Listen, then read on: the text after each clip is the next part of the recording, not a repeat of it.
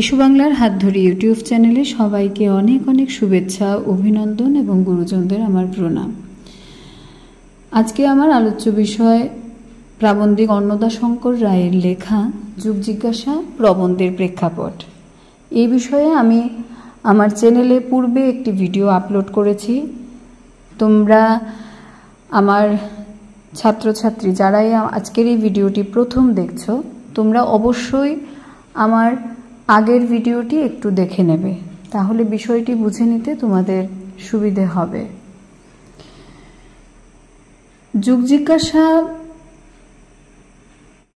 প্রবন্ধের প্রেক্ষাপট নিয়ে আমি আমার আগের ভিডিওতে কিছুটা আলোচনা করেছি এবং তোমরা যারা সেই ভিডিওটি দেখেছো তোমরা শুনেছো যে প্রাবন্ধিক অন্নদাশঙ্কর রায়, যিনি কিনা জন্মগ্রহণ করেছিলেন পরাধীন ভারতবর্ষে এবং তিনি যেমনভাবে পরাধীন ভারতবর্ষের ছবি দেখেছেন ঠিক সেইভাবে স্বাধীন ভারতেও তিনি অনেকটা সময় কাটিয়েছেন এবং তার মৃত্যু হয়েছে ইংরেজি 2002 সালে।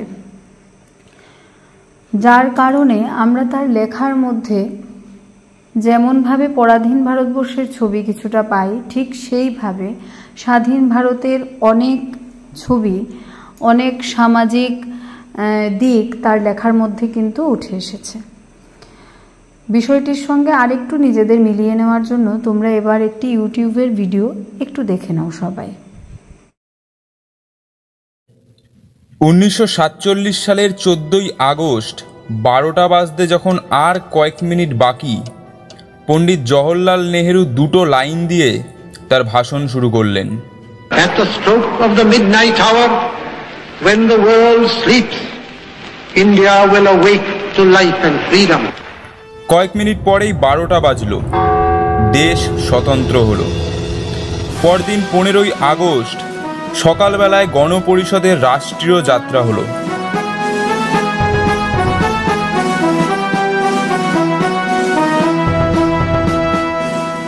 সকাল 10:30টায় গণপরিষদে জাতীয় পতাকা উত্তোলন হলো।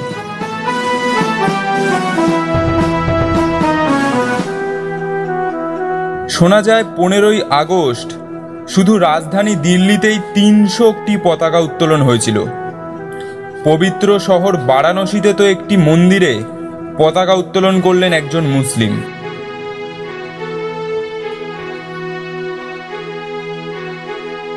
স্বাধীনতার সময় আইন হয় ভারতের জাতীয় পতাকাটি তৈরির জন্য ব্যবহৃত হবে একমাত্র খাদি এবং অন্য উপাদানে তৈরি পতাকা আকাশে উড়লে জরিমানা সহ 3 বছরের কারাদণ্ড হবে। 1947 সালের 15ই আগস্ট গান্ধীজি স্বাধীনতা উৎসবে যোগ দেননি। তিনি 24 ঘন্টার অনশন করেছিলেন। বছরের পর বছর ধরে যেসব ব্যর্থ বেদনাবোধ লোকের মনে চাপা পড়েছিল তা যেন একটার পর একটা শহর জুড়ে ফেটে পড়ল উচ্ছ্বাসিত আবেগের মধ্য দিয়ে। আনন্দে উন্মত্তে জনতার স্রোত শ্রমিক বস্তি থেকে শুরু করে সোনার খনি এলাকা পর্যন্ত আগুপিছু করতে লাগলো। একদিন আগেও দেওয়ালে যেসব বিদেশি পতাকা টাঙানো ছিল সেগুলো খুলে ভারতীয় পতাকা লাগানো হলো। বাড়িতে বাড়িতে, ভবনে ভবনে, গাড়িতে গাড়িতে, সাইকেলে সাইকেলে, বাচ্চাদের হাতে হাতে, এমনকি কোলের শিশুদের হাতেও উড়ছে অজস্র পতাকা। সন্ধ্যা 6টায় ইন্ডিয়া গেটে পতাকা উত্তোলন অনুষ্ঠান হলো। সেদিন একদিকে যেমন চলছিল দীপমালা, নৈশভোজ ও আতশবাজির উৎসব, তেমনি আরেক দিকে চলছিল ভারত ভাগ, হিন্দু ও মুসলমানের দাঙ্গা উৎসব, চারিদিকে লোকে না খেতে পেয়ে মরে যাবার উৎসব।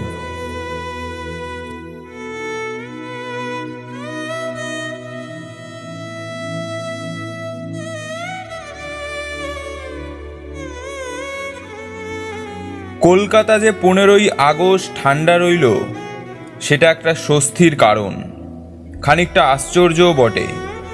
কারণ স্বাধীনতা দিবসের ঠিক আগের কয়েক সপ্তাহ ধরে কলকাতার অবস্থা খুবই সঙ্গীন ছিল।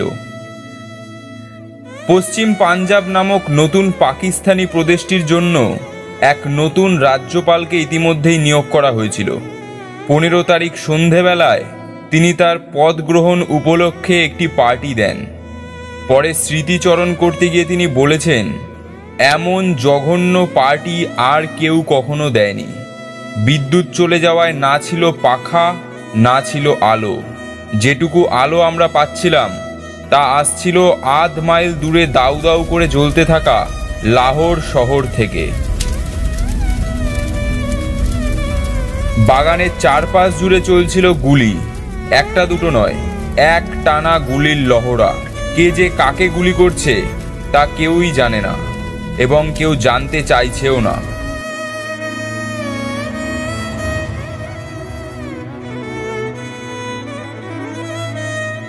लेकर लोगों का हुजूम मुंबई की सड़कों पर उतर आया है और तोड़फोड़, आगजनी और लूटपाट का कहर बरसा दिया है। दिल्ली में सांप्रदायिक दंगों को रोकने का एक ही तरीका था, पूरे शहर में कर्फ्यू लगा देना। इसलिए एक तरफ दिखती है खाली सुनसान सड़कें और बंद दरवाजे, तो दूसरी तरफ दिखती है दिल्ली में भीड़ की हिंसा, दुकानों की लूटपाट और उसमें हुए जान माल का नुकसान।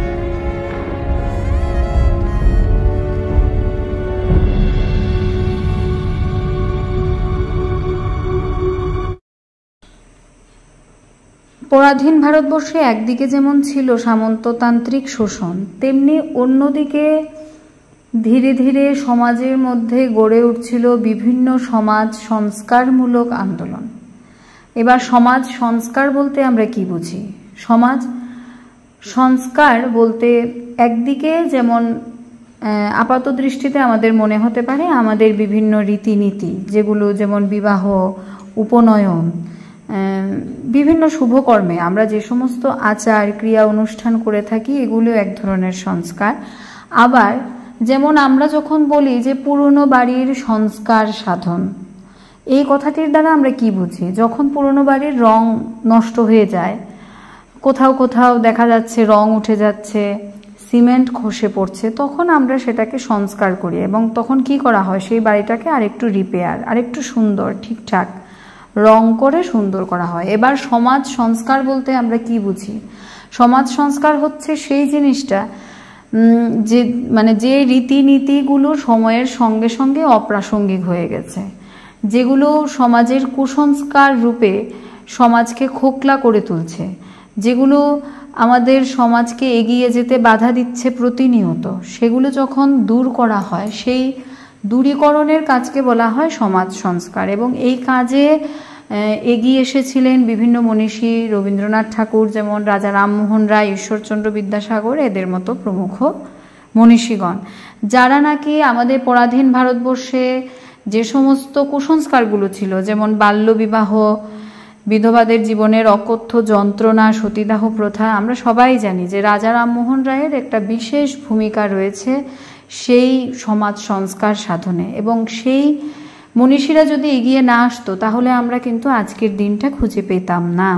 তো সেই ধরনের একটা সামাজিক পরিস্থিতিতে অন্নদাশঙ্কর রায়ের জন্ম, এবং যার দরুন যুগ জিজ্ঞাসা প্রবন্ধে তিনি বারবার একটা প্রশ্ন তুলে ধরেছেন, যেটা যখন আমরা পাঠ্য বিষয়ের আলোচনায় যাব তখন তোমরা দেখবে যে তিনি বারবার প্রশ্ন করেছেন যে আমরা যুগের সঙ্গে তাল মিলিয়ে চলছি কিনা, আমরা কি ভারতকে, সেই অতীত ভারতটাকে আঁকড়ে ধরে পড়ে থাকবো, না এবার ভারতকে যুগের সঙ্গে তাল মিলিয়ে আমরা ভারতবাসী সবাই সেই যুগের সঙ্গে তাল মিলিয়ে বর্তমানের সঙ্গে মিলিয়ে চলবো। কারণ অতীতকে নিয়ে তো আর সবসময় টিকে থাকা যায় না। এবং সেই বিষয়গুলো কিন্তু তিনি যুগ জিজ্ঞাসা প্রবন্ধে প্রশ্নের মতো করে তুলে ধরেছেন। প্রেক্ষাপটের আলোচনা মূলত এটাই, সেই ধরনের সামাজিক একটা পরিস্থিতিকে সামনে রেখেই অন্নদাশঙ্কর রায় কিন্তু এই যুগ জিজ্ঞাসা প্রবন্ধটি লিখেছেন। তো আজকের আলোচনা এই পর্যন্তই। আগামী ভিডিওতে আমরা পাঠ্য বিষয়ক আলোচনার দিকে এগিয়ে যাব। তোমরা অবশ্যই পরবর্তী ভিডিওগুলো দেখে নেবে সবাই।